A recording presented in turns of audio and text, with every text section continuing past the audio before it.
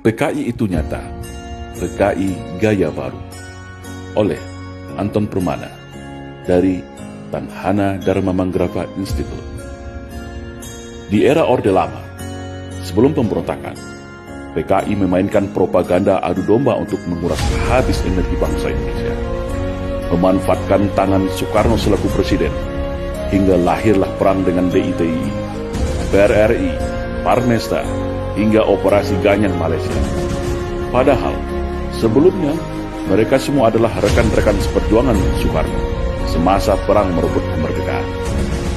Tidak cukup di situ. Dengan fitnah sistematis Parpol Masyumi, HMI dibubarkan. Buya Hamka sebagai tokoh agama karismatik dipenjara tanpa pengadilan.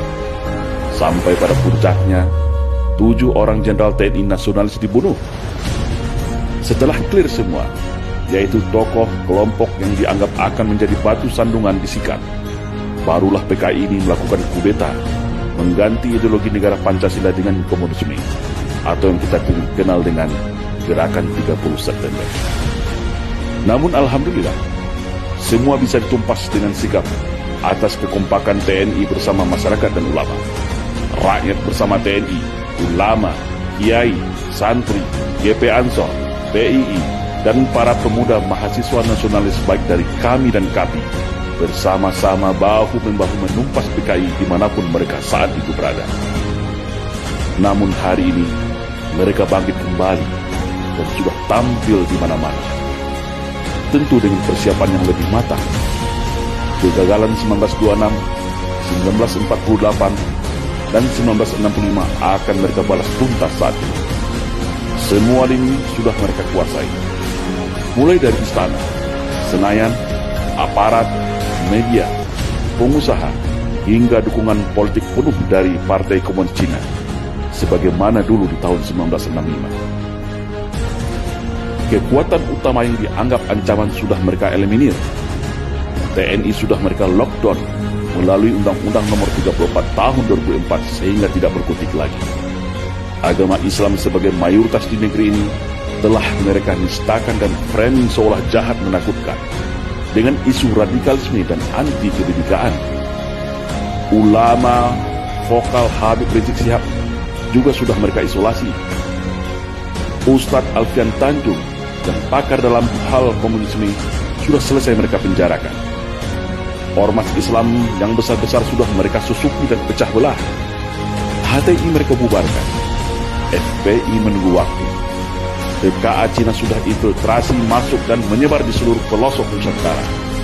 Kelompok liberal, Syiah, dan non-Muslim radikal mereka rangkul, provokasi dan pelihara.